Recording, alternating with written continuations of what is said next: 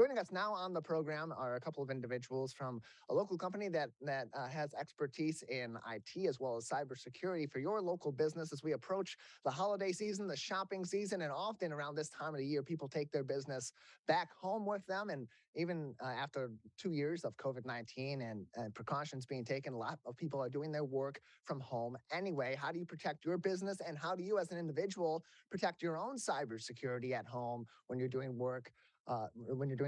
And taking in outside information as well. Joining us now is Tim Nakapaahu, owner and operator of Single Point IT, along with the president of the company, too, a nice surprise, Eric Connelly, also joining us on today's edition of the Megacast. Thank you both for being with us today. Good afternoon. How are you doing? Appreciate having both of you on. Tim, let's start with you. Just tell us a little bit about Single Point and the services that you provide to businesses all across the local area. Yes, Eric and I are the owners of Single Point Technology. We've been in the IT industry for a combined total of about 40 years now.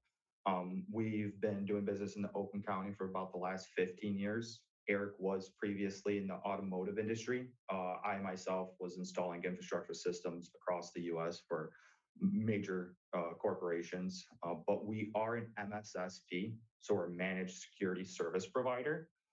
So we focus on bringing an IT service for a fixed value, we focus on bringing a maximum value for your fixed IT budget.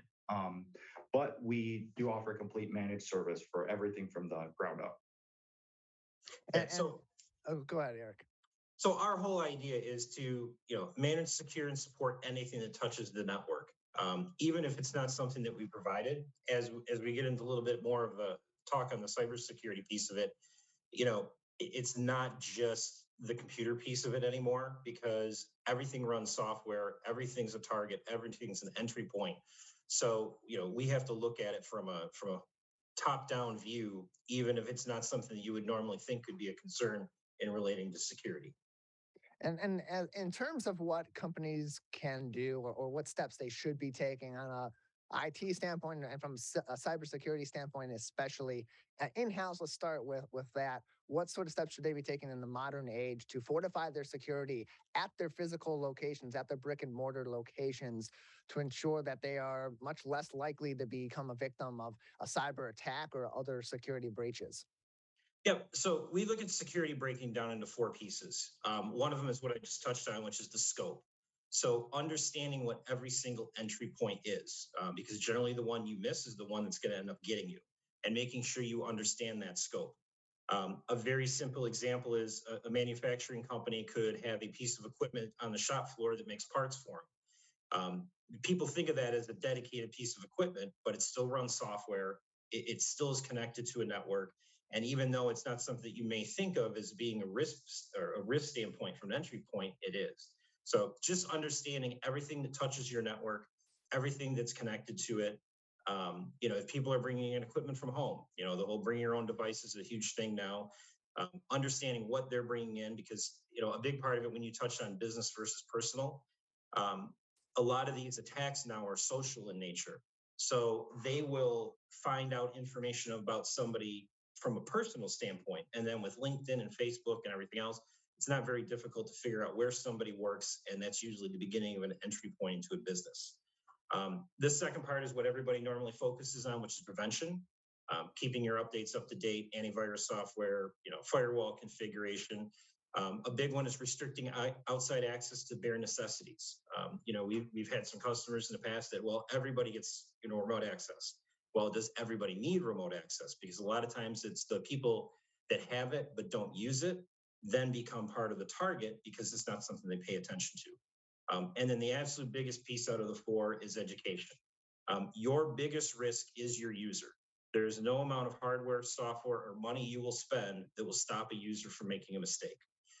Computers work on trust relationships. So when somebody gets an email that contains ransomware or a virus, they open it up and it asks them a question. Do they want to do this or not? Once they hit yes, they've told the computer to trust whatever that software does, and nothing is going to stop it from that standpoint out. And that's really where we try to focus, is on the educational piece of it. Because again, you can put as much in as you want from a technology standpoint, but someone coming down, sitting down and pushing that button still puts you in the same risk as everybody else. And then lastly is remediation. So again, regardless of the amount of security you put in place, you have to be prepared for the event. And how do you remediate and how do you reduce your downtime? Ransomware is the thing that's on everybody's mind now. And 4 or 5 years ago, when a ransomware attack happened, the option was you unplugged everything because you didn't know where it came from. You don't know who did it. You don't know how it started. And since it's such a pervasive and invasive attack, the only option is just to unplug everything, plug everything, plug each piece in one at a time until you find out where that attack came from. And so the remediation time, even now that we have the ability to mitigate these attacks, slow them down, and not bring the business down to a complete halt, having a remediation plan, because your second biggest risk beyond the ransomware attack itself is the downtime that it causes. And everybody thinks of that downtime from the standpoint, well, I lost all my information. Well, the second part of the downtime is how long does it take it to fix it, get everything back up and running, and find out where the problem came from so we can make sure it doesn't happen again. We hear so often too about companies, especially small business nowadays, that are becoming more fruitful targets, or more interesting targets is probably a better way to put it, for hackers, and particularly for ransomware attacks too. What about small businesses makes them such an interesting target for these hackers to go after, and what should these businesses be doing to prepare themselves for the potential of a ransomware attack, which is much higher now than it ever has been in the past, on top of those prevention methods that you already have spoken about, Tim and Eric? So part of it is automation. There are automated tools that go out and look for vulnerabilities in systems. So, the idea always is there's somebody sitting behind their computer going out and trying to find these things and actively working as a person. A lot of times they have computers set up. They just go out and they look for vulnerabilities that are out there. You'll hear a lot about Internet of Things devices, IoT devices getting hacked. So you buy a camera or you buy something like for your home, you don't change the username and password for it. It's exposed to the internet. They will then use that device to become they call it a bot, to go out and find other devices that they can get into. So, automation now becomes, it doesn't matter how big or how small you are. If you have a device connected to the internet, they can go out and find out if there's a vulnerability. And, the other thing is this is run like a business. So they get a report of everybody who's vulnerable for the day. And, they do some investigation, they do some work, determine how good of a target it is. And then that's how they go after them, how much more they go after them from an actual work standpoint versus continuing to just do some type of automated attack.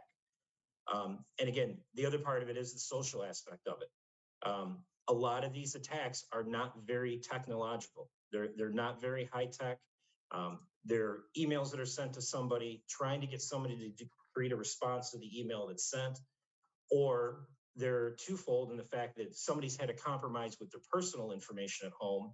And then again, most people, the numbers around 90%, they use almost the same password or a very close variation of the same password through their entire life. So the password they use for their email and their computer at work is very close to the password they use for their Facebook and Instagram and things like that. Those are a lot easier targets because the home computer is not protected as well. So again, I have a username, I have a password, which I am pretty sure is going to be somewhat close to what they're using at work. And then again, through social media, I can find out where they work, determine how good of a target is, and then be able to go after them from that. So again, that all comes back down to the educational piece of it, because people have to understand what they're clicking on, things to look for, how to determine whether an email could be phishing, whether it's real or not. That's why we push the educational piece so much. And then the second part is just a lack of a secure infrastructure. So we will talk to most people, and again, they will look at it from the preventative standpoint. Oh, I have antivirus, I have a firewall, I have this, and I keep my updates up to date. There is a lot more to it to secure the infrastructure than just those pieces. So they have an idea that they're secure, so they think that they've done enough, and that creates complacency. And that's how they start to get in. More information and to get in contact with Eric and Tim from SinglePoint, you can visit their website, singlepointit.com, singlepointit.com, or call them 248-550-0820. 248-550-0820. Before we let you go, Tim, I want to go back to you and just ask, many companies, they may have their own internal IT department or IT expert, but for those that maybe aren't able to have those resources on site or on hand, on call for their company, why should they be consulting or consider consulting with a company like yours to provide these services for them, as well as some security interventions and solutions? Well, that's a great question.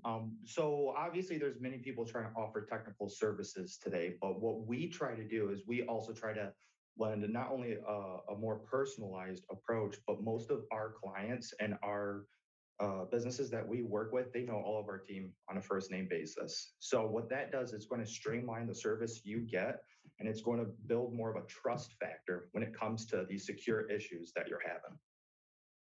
More information again, singlepointit.com, and to get in contact with them. Tim, Eric, thank you so much for being with us. Awesome. Thank you.